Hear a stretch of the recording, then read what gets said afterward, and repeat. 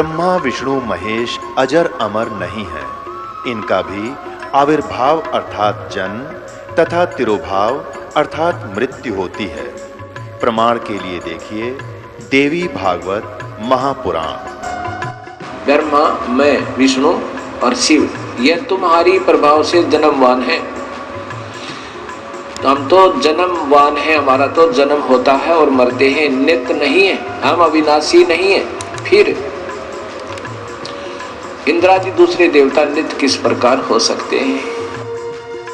कृपया अवश्य सुनिए जगत गुरु तत्वदर्शी संत रामपाल जी महाराज के अमृत वचन।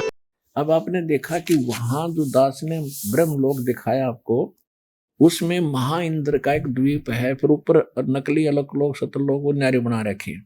वहां दिखा के इनको फिर वापस ले आए। फिर ये सीधे पहुंचे कहां पर, जहां रजोगुण प्रधान क्षेत्र में ये स्वयं ब्रह्मा रूप धारण करके बैठे है। देखिए उसको महाब्रह्मा कहने लग गए हम गलती से। इतने में हमारा विमान तेजी से चल पड़ा और एक दिव्य धाम ब्रह्मलोक में जा पहुंचा, ब्रह्मा के लोक में। संपूर्ण देवता उस नगर के सामने मस्तक झुकाया करते हैं। वहां एक दूसरे ब्रह्मा विराजमान थे। उन्हें देखकर भगवान शंकर और विष्णु को बड़ा आश्चर्य हुआ और सभा लगी थी। भगवान शंकर और विष्णु ने मुझसे पूछा, अब नारद जी को ब्रह्मा जी बता रहे हैं अपने पुत्र को कि वहां ऊपर गए हम थे, एक ब्रह्मा तो विमान में बैठा, एक फिर वहां देखा तो विष्णु और शंकर जी मुझसे पूछने लगे। ब्रह्मा जी कह रहे हैं ये कौन है ब्रह्मा दूसरा? देखिए शंकर भगवान और विष्णु ने मुझसे पूछा चतुरानन कि अविनाशी ब्रह्मा कौन है? मैंने उत्तर दिया मुझे कुछ पता नहीं, सृष्टि के अधिष्ठाता ये कौन है? भगवान मैं कौन हूं, ये कौन है, हमारा क्या उद्देश्य है? इस उलझन में मेरा मन चक्कर काट रहा है। इतने मन के समान तीव्रगामी वह विमान तुरंत वहां से चल पड़ा, कैलाश के सुर में शिखर पर जा पहुंचा।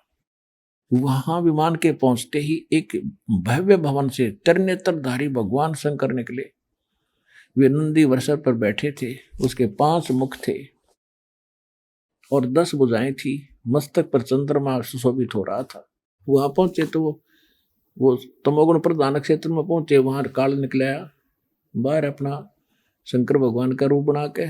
फिर अक्षण भर के बाद वही विमान उस शिखर से विपवन के समान तेज चाल से उड़ा, बैकुंठ लोक में पहुंच गया, जहां भगवती लक्ष्मी का विलास भवन था। बेटा नारद, वहां मैंने जो संपत्ति देखी उसका वर्णन करना मेरे लिए संभव नहीं।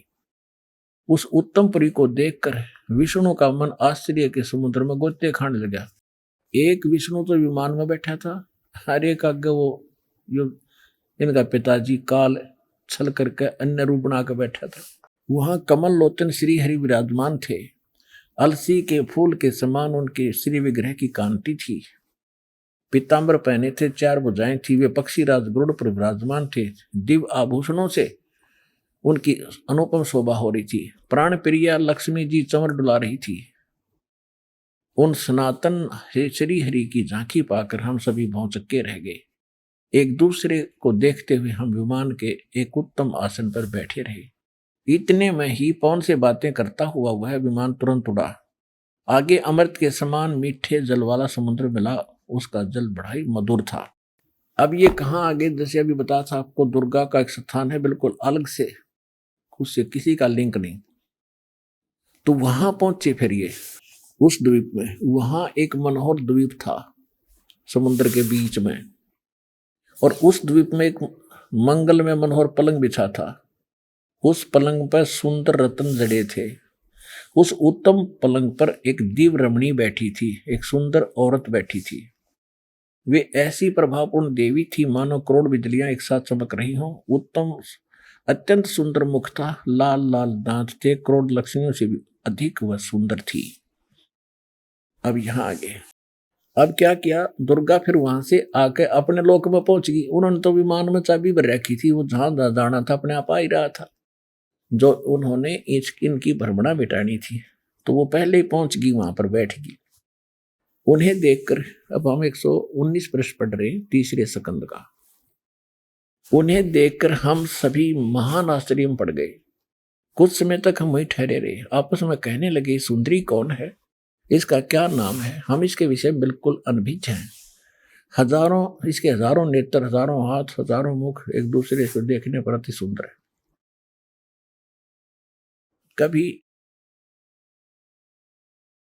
यूं संदेहग्रस्त होकर हम लोग वहां रुके रहे, तब भगवान विष्णु ने उन चारों साहिनी भगवती को देखकर विवेक पूर्वक निश्चय कर दिया कि ये भगवती जगदम्बिका है। तब उन्होंने कहा कि ये भगवती हम सभी की आदि कारण है, ये महाविद्या और महामाया इसके नाम है, ये पूर्ण प्रकृति है। अब आगे देखो 120 पृष्ठ पे हम आगे, 120 पृष्ठ पे हम आगे। अब यहां पढ़ेंगे। विष्णु जी कह रहे हैं ये वे ही दिवांगना हैं जिनके पर्यावरण में मुझे दर्शन हुए थे। उस समय मैं बालक रूप में था। ओए होए। अब ये विष्णु जी बता रहे हैं कि मैं जब छोटा सा बालक था तब मुझे काल ने इसकी बुद्धि ऑन करती, वो दृश्य दिखा दिया कि मैं छोटा सा बालक था, तब ये माता मुझे एक पालने पर झुला रही थी, ये अपनी माँ है। मैं छोटा सा बालक था। देखिए पर्यावरण में मुझे दर्शन हुए थे, उस समय मैं बालक रूप में था, मुझे पालने पर ये झुला रही थी। वट वृक्ष के पत्थर पर एक सुदृढ़ सैया बिछी थी, उस पर लेटकर मैं पैर के अंगूठे को अपने कमल जैसे मुख में लेकर चूस रहा था।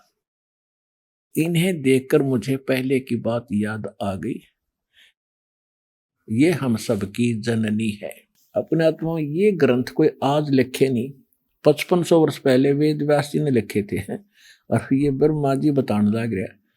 अरे हमारे गुरुओं के समझ में नहीं आई, ये युग के कहानी थी। अरे ब्रह्मा विष्णु महेश को अजन्मा बताओ, ये इनकी फूट की माथे में की। अब सिद्ध हो गया।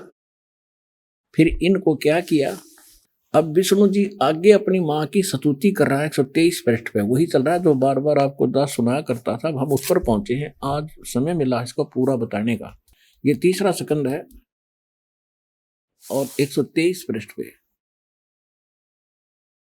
अब विष्णु जी अपनी माँ दुर्गा की स्तुति कर रहा है, तुम शुद्ध स्वरूपा हो, ये सारा संसार तुम इसे उद्भासित हो रहा है। मैं ब्रह्मा और शंकर हम सभी तुम्हारी कृपा से विद्यमान है। हमारा आविर्भाव माने जन्म, तिरोभाव माने मृत्यु हुआ करता है। हमारा तो जन्म मृत्यु होता है, केवल तुम ही नित हो, जगत जननी हो, प्रकृति और सनातनी देवी हो। भगवान शंकर बोले, देवी यदि माँ भाग विष्णु तुमसे प्रकट हुए हैं तो उनके बाद उत्पन्न होने वाले ब्रह्मा भी तुम्हारे बालक हुए। फिर मैं तमोगुणी लीला करने वाला शंकर क्या तुम्हारी संतान नहीं हुआ? अर्थात मुझे भी उत्पन्न करने वाली तुम ही हो। शिवे, संपूर्ण संसार की सृष्टि करने में तुम बड़ी चतुर हो। इस संसार की सृष्टि, स्थिति और संहार में तुम्हारे गुण सदा समर्थ हैं। उन्हीं तीनों गुणों से उत्पन्न हम ब्रह्मा विष्णु एवं शंकर हम नियमानुसार कार्य में तत्पर थे। हो गया स्पष्ट कि ब्रह्मा विष्णु महेश की उत्पत्ति कैसे हुई है कि काल इनका पिता है और दुर्गा इनकी माता है, इनकी जन्म मृत्यु होती है। आगे की फिर कथा भगवान ने सुनाई धर्मदास जी को। उसके बाद दुर्गा ने इनको भेजा कि जाओ तुम आप अपने द्वीप में जाओ, तुम्हारे लिए वहां एक एक द्वीप बना रखा है। तो ब्रह्मालोक, विष्णुलोक, शिवलोक, ये तीनों पहले बना दिए। इन तीनों को वहां भेज दिया। फिर दुर्गा ने अपने वचन से 3 लड़कियां बनाई, समुद्र में गुप्त कर दी। उधर से इन बच्चों को भेज दिया कि जाओ तुम सागर मंथन करो। इन्होंने जाके सागर मंथन किया, उनमें से 3 लड़कियां निकली। अलग अलग लाने को कहा गया, पहचान अलग रखना। पहले निकले उसको अलग रखना, बीच में निकले उसको अलग, और तीसरी बार कोई वस्तु निकले उसको न्यारी। ये तीनों लेकर अपनी माँ के पास आ गए। उनको बताया कि ये प्रथम निकली है, ये द्वितीय निकली है, ये तीसरी निकली है। तो प्रथम का नाम सावित्री रखा। ब्रह्मा से विवाह कर दिया कि ले बेटा, या तेरी पत्नी, जाओ तुम अपना परिवार बसाओ।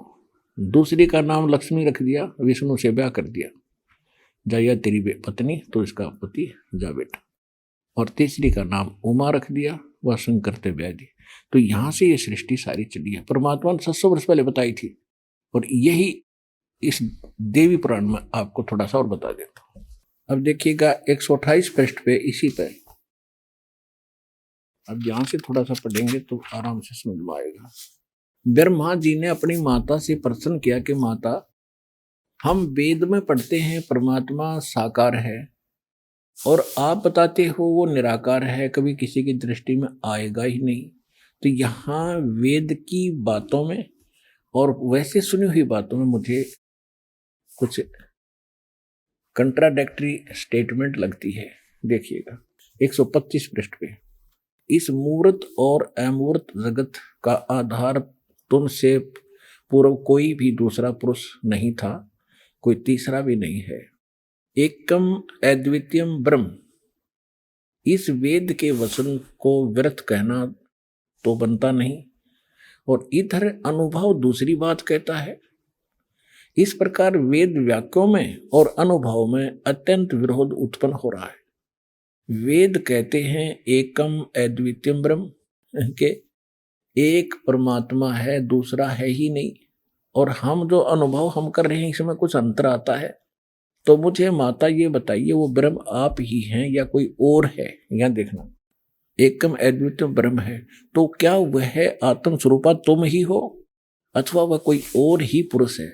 मेरे इस संदेह को दूर करने की कृपा करो।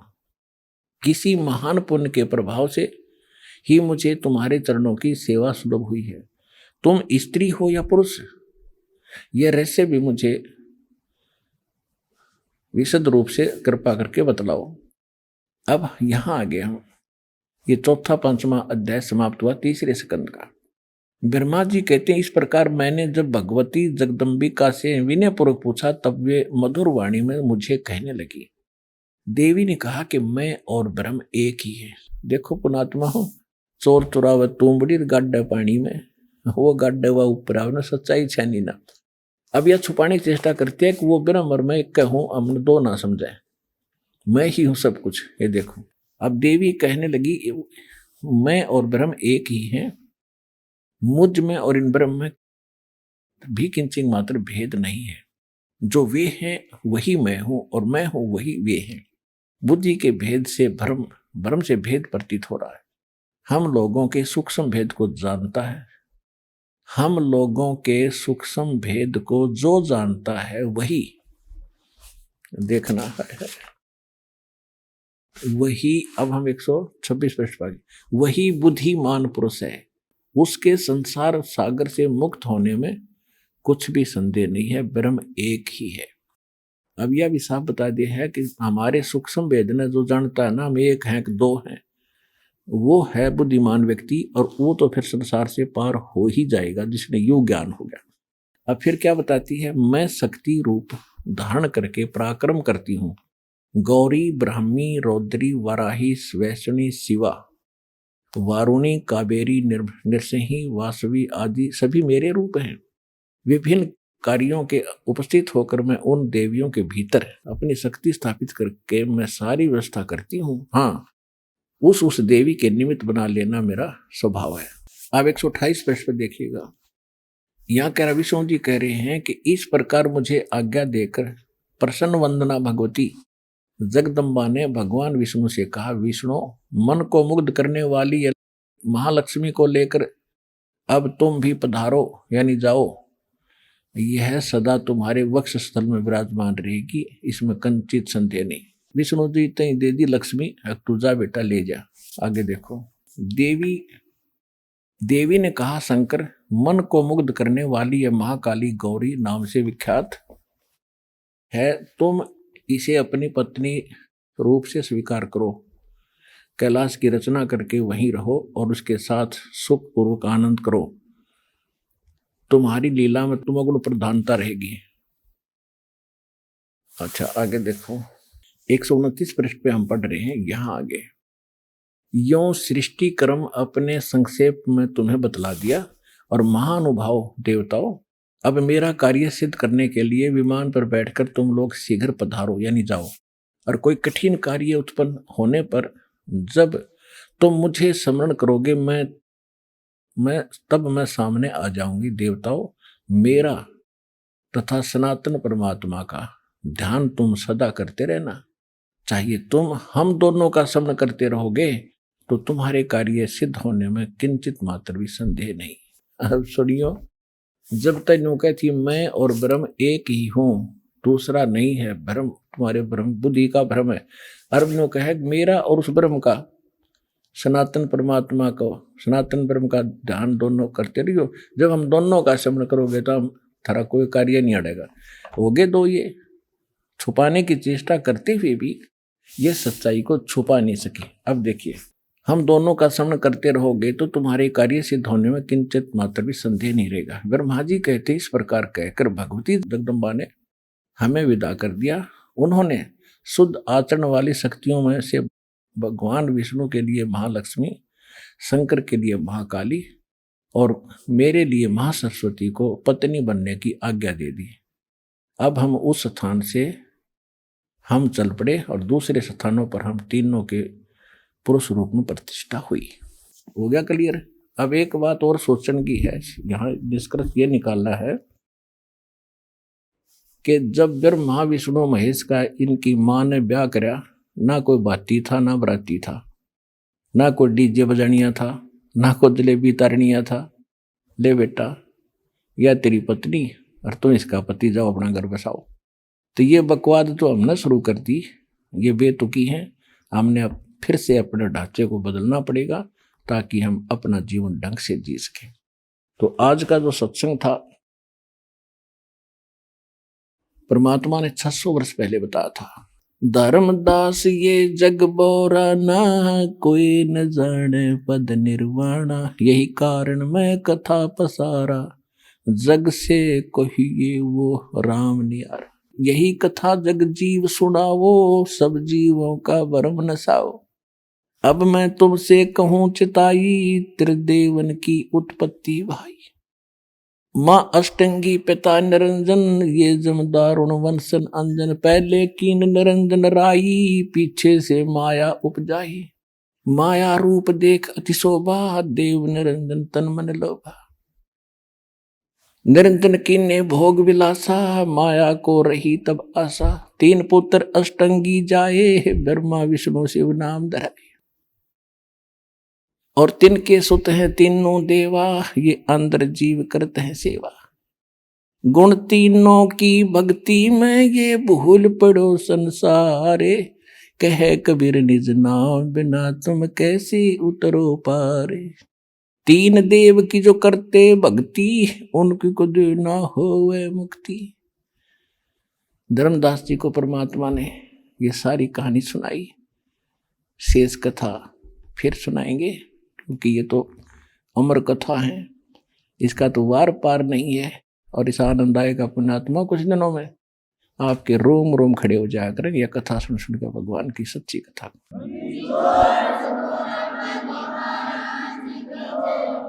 पुण्यात्मा, सौभाग्य आपका, आपको ऐसे समय मनुष्य जीवन, ऐसा पवित्र स्थान है, ऐसी सुविधा तो अपने माँ बाप भी ना दे सकते। अपने को जो भगवान आपको दे रहा है यहाँ पे, अपने बच्चों को खिला पिला के रोड आकर रजाई बिठा दिए, अगले सुनो अमर कथा और देखो सामने प्रमाण। धन्य आपके माता पिता जिनसे जन्म हुआ, ऐसे पुण्यकर्मी प्राणी हो, तो उस परमात्मा किसी लाडली आत्मा हो।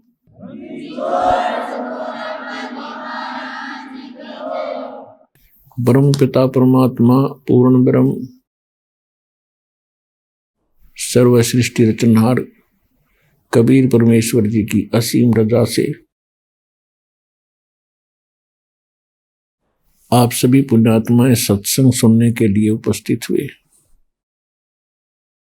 परमेश्वर की असीम रजा हो जाती है, उन्हीं पुण्यात्माओं को मानव शरीर प्राप्त होता है।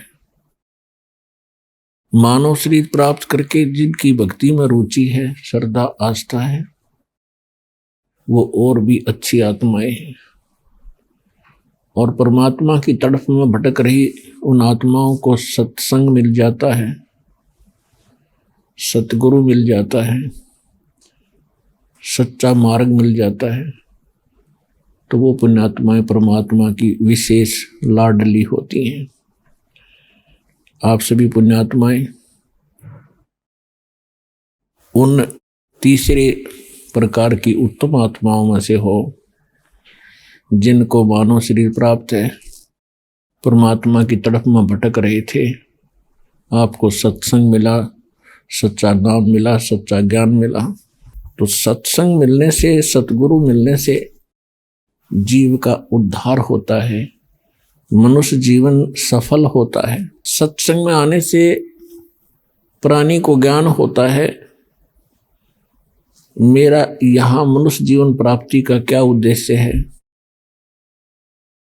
और किस उद्देश्य को लेकर मैं जी रहा हूं।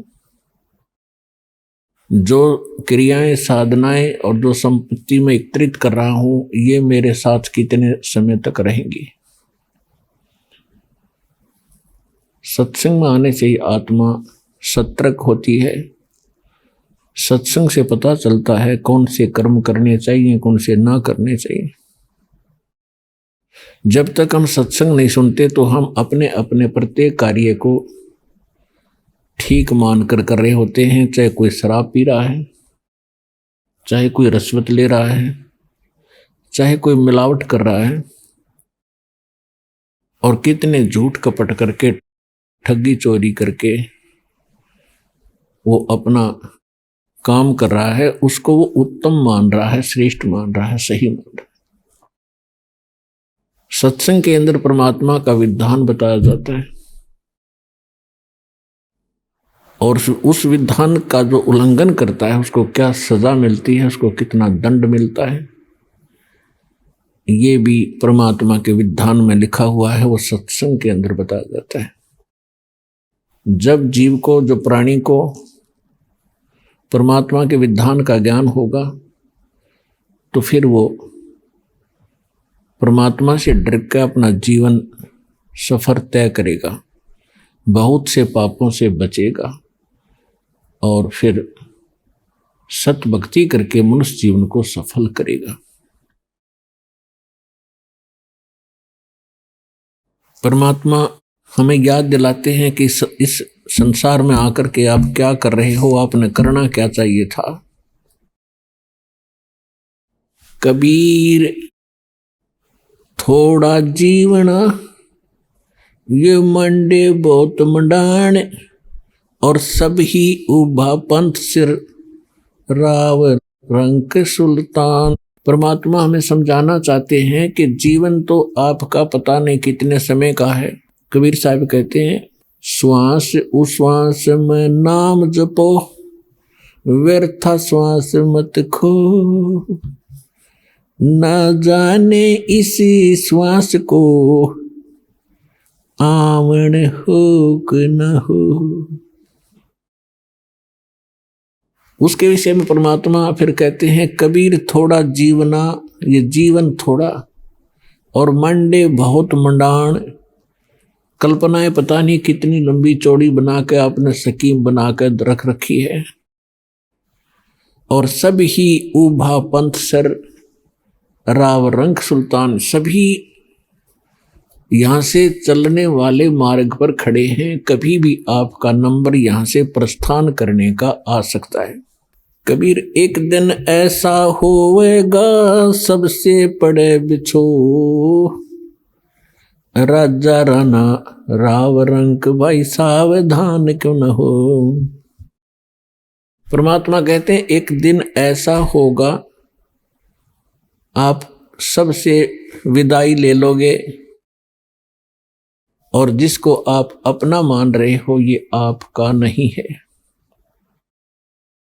आप अपने संस्कारवश यहाँ आए हो, जन्मे हो, संस्कार पूरे होते ही आप यहाँ से चले जाओगे।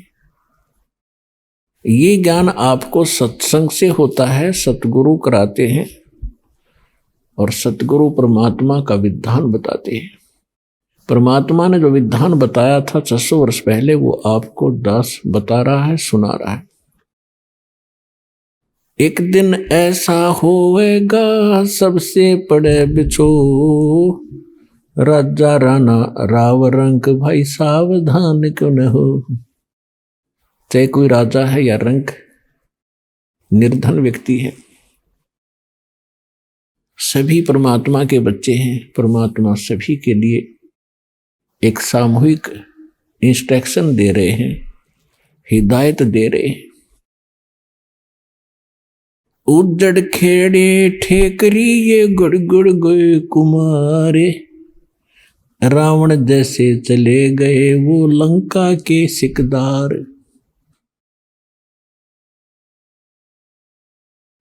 ऊंचा दिखे धौलरा ये मंडी चित्ती पोले, एक हरि के नाम बिना यू काल मारा रोड़े। कबीर देवल ढह पड़ा ये ईट रही संवारे, करचे दारा से प्रीतड़ी बाई ढह न दूजी बार। कबीर कहाँ चनाव है मैडिया, ये लंबी भीत उसारे, घर तो 3.5 हाथ बाई गणा 4.25। परमात्मा हमें याद दिलाते हैं कि तू आप परमात्मा के विधान से अपरिचित और इस नासवान स्थान को स्थायी मानकर अनजानपने में बड़ी बड़ी कोठियां बनाने में अपना अनमोल मनुष्य जीवन नाश कर रहा है। कहते हैं कहाँ चुनाव है मैडिया कोठियां और लंबी भीत उसार, लंबी लंबी द्वार खींच रखी थी। घर तो 3.5 हाथ और घना तो 4.25। इस टाइम पास करने के लिए इस लोक में परमात्मा बताते हैं कि ज्यादा से ज्यादा और कम से कम एक मनुष्य ने एक चारपाई पे और एक कमरे के कोने में सोना होता है, और उसके लिए 6 कमरे 10 कमरे बनाओ, ऊपर नीचे कोठी 6 मंजिल की बना कर बैठ गया। तो परमात्मा कहते हैं ये ज्ञानहीन प्राणी के लक्षण होते हैं, जिसको पता नहीं तू कब यहां से चला जाएगा, कब तेरा जाना हो जाएगा। कबीर साहब कहते हैं साथी हमारे चले गए हम भी चालन हारे, कोई कागज में बाकी री बाई ताते लगी है वारे। परमात्मा अपने ऊपर उदाहरण देकर बता रहे हैं कि भाई देख लो, पिछले इतिहास देख लो, कितने राजा हुए, हम कितने इतिहास पढ़ा करते। राजाओं के उसने उस पर चढ़ाई कर दी, उसने उसको पराजित कर दिया, कब्जा कर लिया। कहाँ गए वो खुद भी? कितनी सेनाएं मरवाई, कितने पाप किए एक राज्य प्राप्ति के लिए, और कितने दिन राज्य किया। अब क्या होंगे वो बने हुए, ये परमात्मा के विधान से उनकी जानकारी होती है। कबीर हरि के नाम बिना ये राजा रसब हो, मट्टी लद कुमार के वही घास न नीरे कोई। एक परमात्मा की भक्ति के बिना इन प्राणियों के संग में क्या बनेगा? चाहे कोई प्रधानमंत्री है, चाहे सारी पृथ्वी का राष्ट्रपति है। परमात्मा की भक्ति के बिना अगले जीवनों में वो पशु योनि में जाएगा और गधे की योनि प्राप्त होगी। उसमें उसको क्या सुविधाएं होंगी अंडरस्टूड है। तो ये ज्ञान जब तक आत्मा को पता नहीं लगेगा, ये यही खिलौनों से खेल कर अपना जीवन नाश कर जाता है। अब परमात्मा क्या बताते हैं? साथी हमारे चले गए भाई हम भी चालन हारे, कोई कागज में बाकी रही तात लगी है वार। पहले कितने चले गए, कैसे कैसे उनके इतिहास बने, कहाँ वो है कि नामो निशान उनका। और आगे उनके साथ आज क्या बीत रही होगी, कोई पशु बना, कोई पक्षी, कोई चूहा बनकर धक्के खा रहा है। ऐसे गंदे लोक में हम क्या बन के बैठ गए। तो परमात्मा आकर आंख खोले हमारी, और काल हमारे को यहां बस उल्टी शिक्षा देकर सारे उल्टे काम करवा के जीवन नाश करवा देता है इस प्राणी का। फिर ये बड़ा खुश रहता है। और जब परमात्मा आते हैं या उनका सत्ज्ञान प्रारंभ होता है तो उसको बड़ी बेचैनी हो जाती है। पुण्यात्माओं, सत्संग के अंदर प्रत्येक पहलू पर ज्ञान दिया जाता है। आज जो बहन बेटियां, जैसे पहले राजा की लड़कियां, राजा की रानियां और भी अच्छे उच्च घराने की जो माने जाते थे, अच्छे इज्जतदार लोग मानते थे संसार की दृष्टि से, उनकी बहू बेटियां सत्संग में नहीं जाते थे। अपने घर से भी बाहर कदम बहू बेटियों को नहीं रखने देते थे। उसमें अपनी हानि और इज्जत का नाश समझते थे। उसके विषय में तत्व ज्ञान में क्या बताया है? बीबी पड़दे रहे थी, वो डोडी लगे थी बारे, अब गात उघाड़े फिरती है वो बनकुतिया बाजारे। वो पर्दे की सुंदरी सुनो संदेशा मोरे, इब गात उघाड़े फिरती है वो करे सरायों सोरे।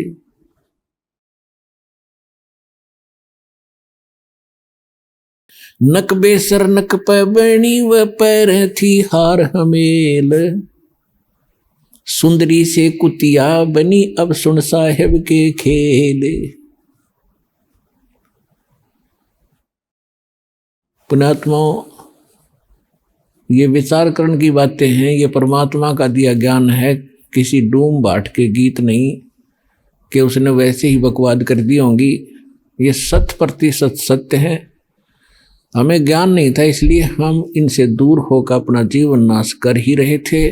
अब हमें सतर्कता की घनी आवश्यकता है। अब क्या बताते हैं कि जो वो बहू बेटियां सत्संग में गई नहीं, संतों से संपर्क उनका हुआ नहीं, जो राजा की रानियां काजू किशमिश के युक्त खीर और हलवे बनाकर खाया करती थी, बांदियां नौकरानियां बनाती थी और उनको खाती थी और जूठा छोड़ती थी, उनके जूठे को फिर नौकरानी और उनके परिवार खाया करते थे। ये पिछले जन्म के पुण्य थे उन पुण्य आत्माओं के, जिस कारण से उनको ऐसी सुविधा प्राप्त हुई। वो राजा के घर ब्याही गई, राजा के घर पैदा हुई। पिछले पुण्य थे, पिछली बैटरी चार्ज थी। भविष्य में सत्संग ना मिलने से, सतगुरु ना मिलने से, सच्चा नाम ना मिलने से, सत्साधना ना मिलने से वो अपना इन्वर्टर डिस्चार्ज करके चली गई। यानी सभी पुण्यों का नाश करके वो अपना हाथ झाड़ कर चली गई। उस समय तो उसकी इज्जत थी कि घर से बाहर ना निकल जा, और पर्दों में रखा करते थे एडी से लेकर चोटी तक, कहीं हमारी बहन बहू बेटियों का हाथ भी किसी को दिखाई ना दे जा, इसमें इज्जत मानते थे। परमात्मा कहते हैं वो तो बात आपकी ठीक है, लेकिन भक्ति नहीं करी, आगे क्या बना उस इज्जत के साथ? वह कुतिया बनकर और पूछड़ ठाए घूम रही है उस गली के अंदर। अब कहाँ गई वो इज्जत? तो पुण्यात्माओं, हम जितना भी काल ने हमें यहाँ शिक्षा दी है वो केवल नाश करने की दी थी, जीवन नष्ट करने की दे रखी थी। अब परमात्मा की इस ज्ञान की रोशनी से हमें पता हुआ लगा कि अब मनुष्य जीवन प्राप्त करके प्राणी और अपनी अकड़ में, इस मान बढ़ाई में और लोक लाज में जीवन नाश कर देता है, उसके आगे उसके साथ बहुत बुरी बनती है। अब क्या बताते हैं? वह बीबी पड़दे रहे थी और डोडी लगे थी बाहर, आगे सामने कई पहरेदार खड़े रहा करते थे, कोई व्यक्ति वहां तक पहुंच ना जा। अब कहते हैं गा तू गाड़े फिरती है वह बनकुतिया बाजार। वो पर्दे की सुंदरी सुनो संदेशा मोर, अब गा तू गाड़े फिरती है वह करे सराय शोर। कुतिया बनकर धर्मशाला के सामने बैठी है। पहले महलों में रहा करती थी वह इज्जत, आज गली में घूम रही है। आती थी धर्मशाला में, आते थे खाना खाते थी, और वो रानी कुतिया बनकर एक टूक के लिए इंतजार कर रही है। खाने वाले के मुंह की तरफ देख रही है, कब टूक तेरी तरफ डाले। और टूक रोटी डाल दी छोटा मोटा टुकड़ा तो 10 ग्राम रेत साथ खा रही है वो। तो पुण्यात्माओं कलेजा हिल जाना चाहिए। परमात्मा का दिया ज्ञान है।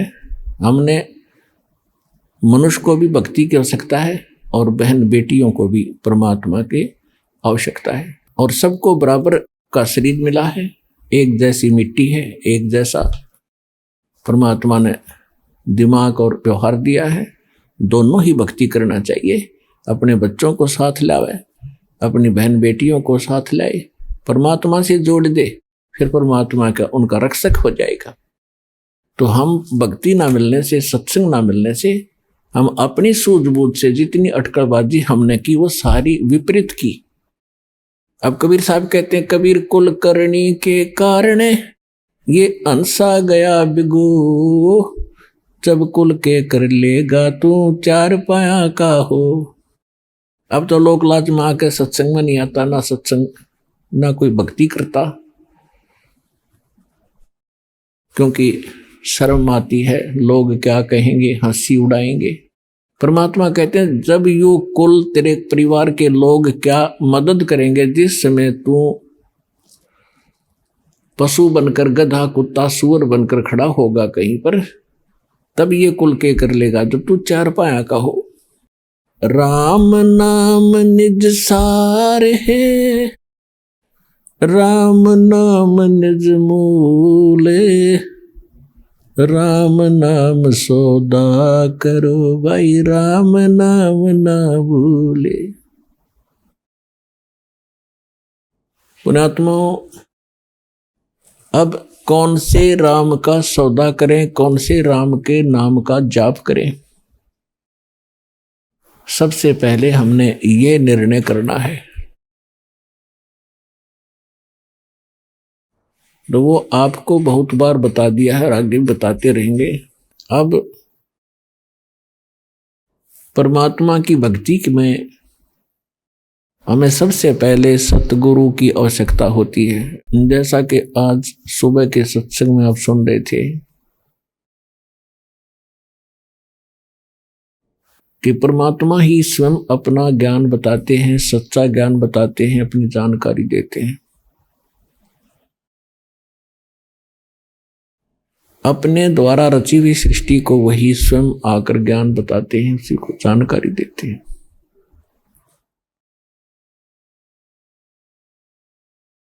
परमात्मा चारों युगों में आते हैं।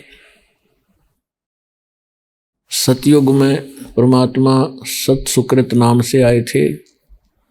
त्रेता में मुनिंद्र नाम था परमेश्वर का, और एक ऋषि रूप में दोनों युगों में वो रहे। बहुत सी पुण्यात्माओं को मिलते रहे, उनको तत्व ज्ञान से परिचित भी कराया, लेकिन समस्या यही अड़ी रही कि जो अक्षर ज्ञान युक्त थे ब्राह्मण वर्ग, उनकी महिमा गनी थी। आम जनता उनको एक देवता मान्या करती थी, और वो सत्य को जानबूझ कर स्वीकार नहीं करना चाहते थे, क्योंकि वो प्रभुता की भूख थी। तो कबीर परमात्मा कहते हैं, राज तजना सहज है, सहज क्रिया का ने, और मान बढ़ाई ईर्षा दुर्लभ तजना ये। और इनके तजे बिना भगवान मिले नहीं। तो परमेश्वर प्रत्येक युग में आए हैं, और द्वापर के अंदर वो करुणामय नाम से प्रसिद्ध हुए, और कलयुग में वो परमात्मा कबीर नाम से आए। और ये कबीर नाम परमात्मा का वास्तविक नाम है। बाकी अन्य वो अपने नामांतर करके प्रत्येक युगों में आते हैं, लेकिन कलयुग में हम इतने पापग्रस्त हो जाते हैं, हमारे पुण्य कति समाप्त हो जाते हैं, इसलिए परमात्मा यही नाम लेकर आते हैं। और परमात्मा के नाम बार बार बोलने से वैसे भी आत्मा पवित्र होती है। तो इस प्रकार परमात्मा ने बताया है कि चारों सतयुग में सत सुकृत कह टेरा, त्रेता नाम मुनिंदर मेरा, द्वापर में करुणा में कहाया, कलयुग नाम कबीर धराया।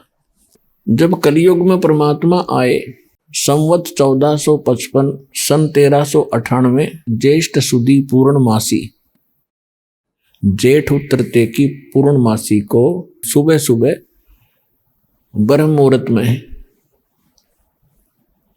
सूर्य उदय होने से लगभग 1.5 घंटा पूर्व के समय को ब्रह्म मुहूर्त कहते हैं। तो पुण्यात्माओं, परमात्मा कहते हैं जो जन मेरी शरण है ताका हूं मैं दास, गेल गेल लाग्या फिरूं जब तक धरती आकाश।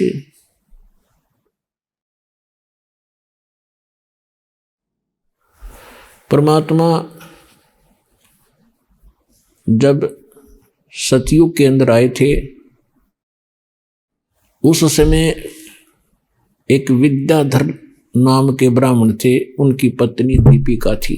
वो निसंतान थे। परमात्मा उनको एक तालाब में मिले थे, कमल के फूल पर। सतलोक से आते हैं, शिशु रूप धारण करते हैं, एक लीला वो ऐसी करते हैं।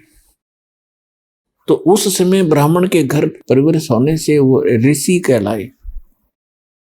त्रेता युग में फिर वही ब्राह्मण और ब्राह्मणी वेद विज ब्राह्मण हुआ और सूर्या वो दीपिका वाली आत्मा हुई। परमात्मा फिर उनको मिले। आगे चल के फिर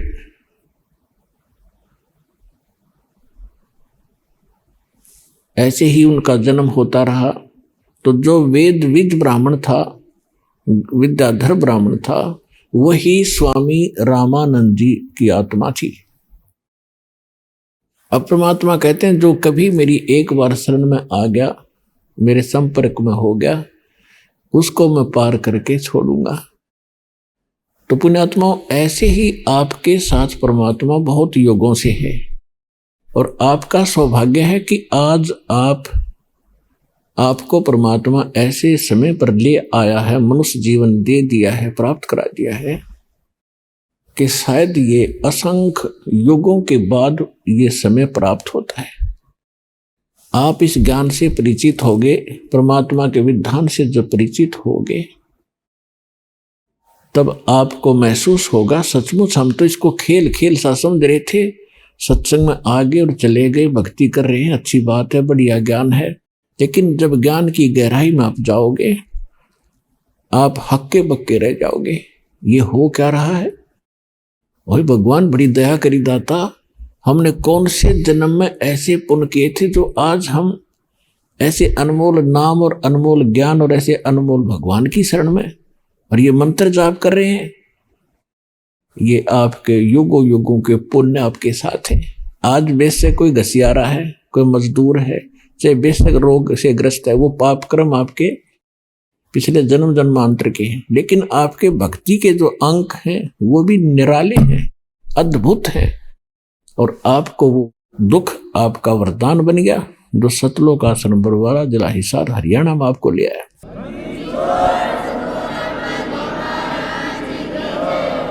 और परमात्मा कहते हैं उस सुख के माथे पत्थर पड़ो, इसे सुख के आग लगा जिस तो भगवान की भूल पड़े। आज बने बैठे ही अफलातून, कोई मंत्री, कोई एमएलए, कोई और बड़े आईएएस आईपीएस डॉक्टर इंजीनियर, और भूल गए भगवान। उनको झांक के देखना चाहिए अपनी पिछली दूसरी तीसरी चौथी पांचवी पीढ़ी पर, उनके पूर्वज कैसे रहा करते थे, कितना सिंपल उनका रहन सहन था, कितनी नेक आत्मा थी, कितना उनमें सद्भावना थी, कितने पापों से डरने वाले थे। और आज माया का ये भांग पी ली हमने और अहंकार भर गया। आज अफलातून बना बैठा, कल मृत्यु हो जाएगी उस इंजीनियर की, आईएएस आईपीएस की, मंत्री प्रधानमंत्री की, अगले जन्म में कुत्ता बना घूम रहा होगा। तो ये दुख अब याद दिलाए जा रहे हैं, इस पर विचार करना पड़ेगा, नहीं तो बहुत दुर्गति हो जाएगी इस जीव की।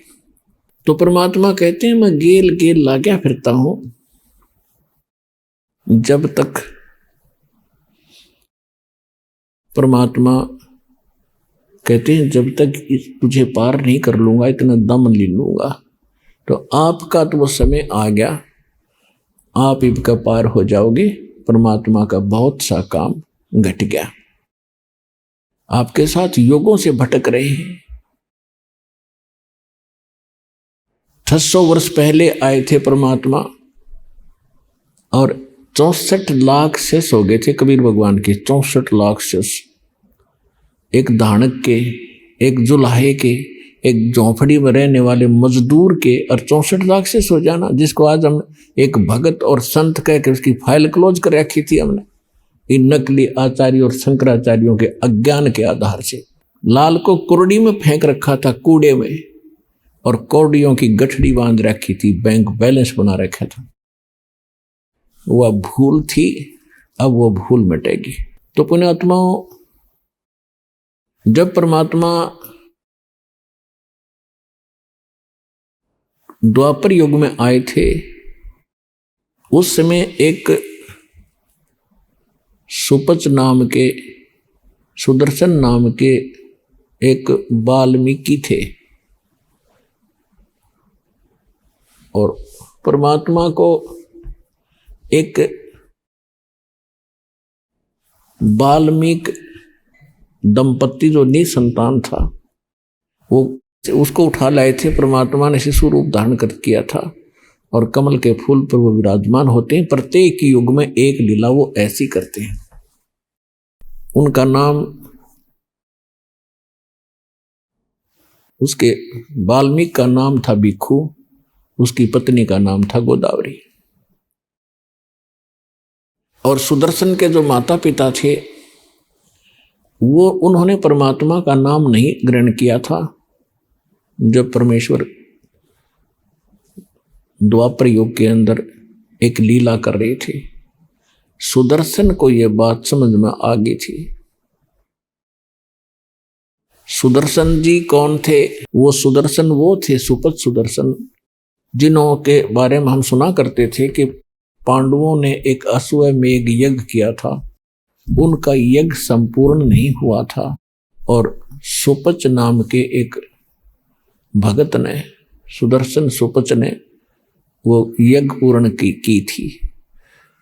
तो वो सुपच सुदर्शन परमेश्वर कबीर जी के शिष्य थे, और परमात्मा कबीर जी ही उस अपने भगत की इज्जत रखने के लिए उसका रूप बना के पांडवों की यज्ञ में गए थे, और तब उनका शंख बजाया था। आज का जो विषय है, हम कुछ और विषय पर आपको सत्संग सुनाने जा रहे हैं, इसको विस्तार से नहीं बताएंगे। तो ऐसे भक्त थे वो। सुदर्शन जी को परमात्मा का ज्ञान 100% समझ में आ गया था, समर्पित हो गए थे, लेकिन उनके माता पिता इस बात को स्वीकार नहीं कर रहे थे। सुदर्शन के माता पिता की मृत्यु होगी। सुदर्शन को जब सतलोक जाने का समय आया तो परमात्मा ने पूछा, क्यों भक्त सतलोक जाना चाहते हो? कहने लगा, महाराज आपकी बिल्कुल तैयार है, आपने ज्ञान ही ऐसा दे दिया, यहाँ कुछ रखा ही नहीं है। आइए अब हम उन श्रद्धालुओं के अनुभव जानते हैं जो जगत गुरु तत्वदर्शी संत रामपाल जी महाराज जी से दीक्षा प्राप्त कर चुके हैं तथा उनके द्वारा बताए गए भक्ति मार्ग पर चल रहे हैं। सर, क्या नाम है आपका? रमेश दास। कहाँ से आए हो? जलंधर से हैं। क्या काम करते हैं? मैं ऑफिसर हूँ यहाँ इंश्योरेंस कंपनी में। सर, संत रामपाल जी महाराज से नाम दीक्षा कब ली? मैंने संत राम गुरु जी से जो दीक्षा है 28 फरवरी 2013 से ली। सर, आप संत रामपाल जी महाराज से नाम दीक्षा लेने से पहले क्या भक्ति साधना करते थे? सर, उससे पहले हम देवी देवताओं की भक्ति करते थे। 1980 से मैं राधा स्वामी पंथ से भी जुड़ा हुआ था। 92 में जब शादी हुई उसके बाद जो मेरे मिसेज था ब्रह्म कुमारी जाती थी, उसमें भी मैं वहाँ पे उनके साथ जुड़ा हुआ था। सर, आप राधा स्वामी पंथ से जुड़े हुए थे, वहाँ पर आपने कितने साल तक साधना की? मैंने वहाँ पे सर 80 से लेके 2013 तक वहीं पे जाता रहा था। मतलब 33 साल तक आप राधा स्वामी पंथ में रहे? स्वामी थे, और ब्रह्म कुमारी के बाद 92 के बाद ब्रह्म कुमारी में जाते रहे थे। 33 साल तक आपने राधा स्वामी पंथ में साधना की, उसके बाद आप ब्रह्म कुमारी पंथ से भी जुड़े, फिर आप संत रामपाल जी महाराज की शरण में कैसे आए? ये हमने साधना टीवी पे वो सत्संग देखते थे, मिसी जी महाराज देखते थे। मैं तो अमृतसर में पोस्टर था, तो ये जब देखते थे फिर हमने वहाँ पे आपका एक मैसेज आता है भी, जो ज्ञान गंगा पुस्तक हमने मंगवाई, उनको फिर पढ़ा और पढ़ने के बाद तो मिसी बोली, फिर वहाँ पे हम चले गए थे। वहाँ पे उस पर हमने नामदान लिया।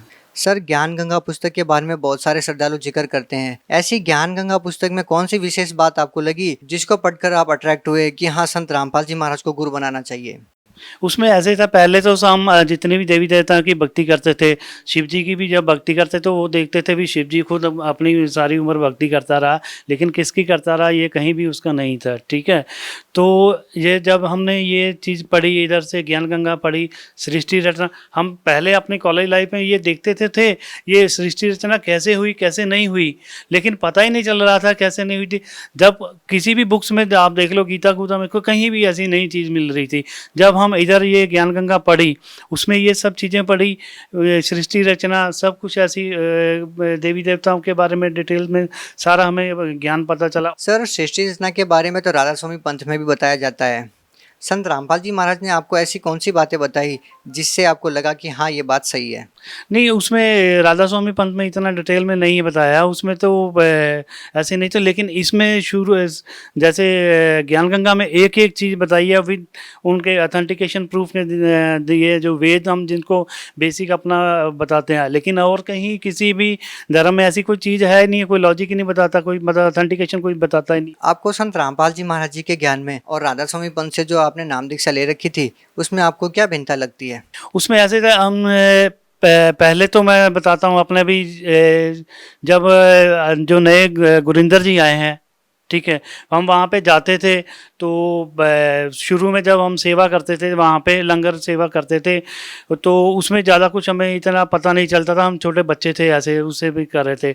जब हम थोड़ा बाद में जब पढ़े हुए, गुरिंदर जी जब नए अभी इस समय जो यहाँ के प्रचारक हैं, वहाँ राधा स्वामी जी के हैं, वो तो बाद में हमें पता चला ये तो एक बिजनेसमैन है। वो पहले भक्ति तो की नहीं, क्योंकि जो भक्ति करने वाले होते हैं वो तो उन लोगों को बचपन से ही लगन होती है, जो क्योंकि जो जैसे अपने गुरु गोविंद जी थे, गुरु नानक देव जी से, सब कबीर साहब से, सबसे वो शुरू से ही करते थे। सर देखिए, गुरु नानक देव जी की एक वाणी में आता है कि सोई गुरु पूरा कहावे जो दो अखर का भेद बतावे। तो वो जो दो मंत्र है, क्या संत रामपाल जी महाराज भी वही दो मंत्र का जाप आपको बताते हैं?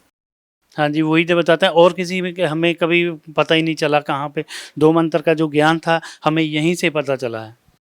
सर देखिए, ये भी कहा जाता है कि गुरु नहीं बदलना चाहिए। पहले आपने राधा स्वामी पंथ से नाम दीक्षा ले रखी थी, अब आपने संत रामपाल जी महाराज को गुरु बना लिया है। कहा जाता है कि गुरु बदलना पाप होता है। क्या आपने गुरु बदल के सही किया? ये तो ऐसे है, गुरु जब हमें पूरा सेटिस्फेक्शन ही नहीं होगा तो हम उसमें क्या, उसमें तो हमें कोई बुराई नहीं आएगा गुरु में चेंज करने में। जैसे मैं अपने बेटे की बात बताता हूँ कि कहीं से जैसे कोई ट्रीटमेंट करवा रहा है, ठीक है, अगर वहाँ पे सेटिस्फेक्शन नहीं होती तो मैं दूसरी जगह करवाऊँगा, तो अपने आप को। सर, क्या विशेष कारण था कि आपको संत रामपाल जी महाराज जी की शरण में जाना पड़ा? ऐसे एक तो ये था भी, वहाँ पे जितने भी जो आध्यात्मिक जो ज्ञान था वो मुझे कहीं भी नज़र नहीं आता था, ठीक है। सेकेंडली ये जो था, यहाँ पे जब मैंने ज्ञान गंगा पुस्तक पढ़ी, इसमें मुझे बहुत चीज़ें मिली। ये पहले ऐसे थे जो संत सब कुछ बताते थे, जो एक जितनी भी नशा वाली चीज़ें हैं खाने पीने की, वो पहले ये बोलते थे जब तक ये चीज़ें तुम छोड़ोगे नहीं, मैं आपको अपनी शरण में नहीं लूँगा। ये मुझे कहीं भी नहीं आज तक मिला। सर देखिए, संत रामपाल जी महाराज जी की शरण में जो भी जाता है उसको कोई ना कोई लाभ जरूर होता है। बहुत से लोगों की कैंसर तक की बीमारियां ठीक हुई है। सर, आपके साथ क्या अनुभव हुआ? मुझे आपकी जो बात का बिल्कुल सही है। मुझे आध्यात्मिक ज्ञान बहुत हुआ है, जो मैं सारी उम्र देखता रहा, कभी इधर कभी उधर का घूमता रहा। और उसका दूसरी जो है, एक बंदे को मुझे फिज़िकल बेनिफिट्स हुआ है। मेरी जो शुगर थी 400 के करीब होती थी, मैं सर्विस करता था अमृतसर में, गिर जाता था 15 दिन में या महीने में गिर जाता था, कोई उठाता नहीं था। तो फिर जब से ये अपना गुरुजी का नामदान लिया, उसके बाद मेरी अभी शुगर भी बिल्कुल नियर अबाउट 130-135 है, और मैं आज तक कोई मेडिसिन भी नहीं खाता। उसके बाद दूसरा जो मुझे फाइनेंशियल क्राइसिस था, मेरे घर का अभी मकान नहीं बन रहा था 2-3 साल से, और मैंने अभी अपना मकान भी बना लिया। गुरु जी की असीम कृपा है, वो अभी कोठी बना ली हुई है, कोई दिक्कत नहीं है। सर आप कुछ रिपोर्ट्स लेके आए हैं, ये किस लिए? ये सर ऐसी था, ये मेरे बेटे की प्रॉब्लम थी, उसको कैंसर हो गया था, जो मुझे अमृतसर से भी पता चला है, और जो अमृतसर हॉस्पिटल है, गुरु रामदास हॉस्पिटल, वहाँ से भी, और CMC वगैरह में उसमें कैंसर का है। क्या रिपोर्ट्स आई? उसमें जो कैंसर के सिम्टम्स थे। सर क्या है इन रिपोर्ट्स में, डॉक्टर ने क्या रिपोर्ट्स दी आपको? इसमें सर ये है, मेरे बेटे का गले में ना थोड़ा, इसमें थोड़ा क्लॉट्स है, लेकिन जब मैंने ये हॉस्पिटल है गुरु रामदास चैरिटेबल हॉस्पिटल, इसमें उन्होंने बोला था भी आपके इसमें वो कीमोथेरेपी होगी। तो कीमोथेरेपी बड़ी ख़तरनाक चीज़ होती है, 3-3 बंदे उसको उठाना पड़ता है। फिर उसके बाद ये CMC में है, CMC में भी उसका ये ट्रीटमेंट चल रहा था। CMC में उसमें जो उनका अभी जो ट्रीटमेंट किया था, जस्ट लाइक रेडियोथेरेपी किया था, भी वो कह रहे थे भी ये कुछ ज़्यादा ना हो, और कुछ अभी तक बेटा बिल्कुल ठीक है। ये देखना चाहे मेरे पास जब मर्जी आ जाए। मेरा मोबाइल नंबर है 9463052890, और जलंधर में है। जब भी रिंग करो, मैं आपके पास कहीं भी बोलो, ये अपनी रिपोर्ट्स लेके आ सकता हूँ, कोई दिक्कत। सर आपके बेटे का कैंसर ठीक हो गया, क्या आपके जो पड़ोसी हैं, जो आपके रिलेटिव हैं, क्या वो प्रभावित हैं? क्या वो मानते हैं कि वास्तव में संत रामपाल जी महाराज जी में शक्ति है? नहीं, बिल्कुल ये सही बात है, मानते हैं, लेकिन मैं अपनी बताता हूँ, हमारे घर में 14 फैमिली मेंबर्स हैं, वो टोटली राधा स्वामी में है, ठीक है। लेकिन कुछ ऐसे हैं, वो हम लोगों को थोड़ा वो ये कहते हैं अभी ये तो उधर चले गए हैं, दूसरे में चले गए हैं, लेकिन उन लोगों को पता है हमारी क्या पोजीशन थी, अब हम कैसे हैं। कुछ ऐसे बंदे होते हैं, कुछ अपने शर्म की हमारी वो दूसरी जगह जाना नहीं चाहते। हम भी अपने घर में लगाते हैं ये गुरुजी का सत्संग, सुबह रिमेनिंग अपना सुबह का पाठ होगा, नित्यनेम होता है, रिमेनिंग होती है, शाम को भी जो करते हैं आरती करते हैं, हम ऊंची आवाज़ में लगाते हैं। चलो ऐसे होता है, बंदा जब भी किसी दूसरी जगह में जाता है, हर एक बंदे का एक लाइफ में टर्निंग पॉइंट होता है। बंदा जाना तो चाहता है, लेकिन उसके अंदर कुछ विकार होते हैं, शर्म की मारी वो दूसरी जगह नहीं जा रहे। मैं इस धर्म में जा रहा हूँ तो दूसरे वाले मुझे क्या कहेंगे। लेकिन एक ज़िंदगी में एक जाता है बंदा, एक टर्निंग पॉइंट होता है लाइफ का। सर आप भगत समाज को क्या संदेश देना चाहते हैं? भगत समाज को यही संदेश देना चाहता हूँ, यहाँ पे हमारे TV पे सत्संग आता है, अगर आप लोगों को कुछ डाउट है, लोगों की शर्म के मारे या पड़ोसियों के मारे ये नहीं बताना चाहते भी हम ये मतलब गुरुजी जो कोई ज्ञान दे रहे हैं, मतलब हम लोगों को, मुझे उन लोगों को अच्छा लग रहा नहीं आ रहा, कम से कम एक काम करें, अपने आप को सेटिस्फाई करने के लिए एक ज्ञान गंगा बुक्स मंगा के देखो, उसका कोई पैसा नहीं लगेगा। जस्ट लाइक एक SMS कीजिए, वहाँ पे 740 पे जो आता है सत्संग, उस पर एक नंबर डिस्प्ले होते हैं 3-4, तो आप उन पर एक जस्ट लाइक मैसेज डाल दो विद अपना फुल एड्रेस, वो आपको बुक मिलेगी। लोगों के सामने नहीं पढ़ना है, छुप के पढ़ लो, कोई दिक्कत नहीं है। अगर आपकी मन की कोई शंका है, पहले किताब पूरी पढ़ो, शंका भी अपने आप आपकी पूरी हो जाएगी। सर और कुछ कहना चाहेंगे अपने अनुभव के बारे में, अपने एक्सपीरियंस के बारे में? नहीं, बस यही कहना चाहता हूँ भी मेरी तो भगत इनसे, अपने पब्लिक से यही सब समाज से यही है भी, चलो दुनिया में तो ये सब चलता है, धर्मगुरु तो बहुत हैं, लेकिन ऐसा ज़िंदगी में कहीं और कोई मिलेगा नहीं जो विद ऑथेंटिकेट। हमने तो ज़िंदगी में ये सब जो सुने थे, ये वेद होते हैं, 4 वेद, कुरान होते हैं, कभी देखा नहीं था। अब वो बुक में ज्ञान गंगा देखो, विद पेज नंबर, श्लोक नंबर, सब सब कुछ डिटेल दिया है। अपनी बुक्स कहीं ऑनलाइन, अगर कोई आपको वेल एजुकेटेड है सब फैमिली, तो उसमें इंटरनेट पे उसका जो देख सकते हैं अपने, वो सारा अपना मन का शंका दूर करें। हाँ, अगर किसी चीज़ की भी इन लोगों को शंका होती है, तो वहाँ पे जो नंबर डिस्प्ले होते हैं, उन पे वो सारी अपनी शंका समाधान कर सकते हैं। सर बहुत बहुत धन्यवाद। सत्संग जी।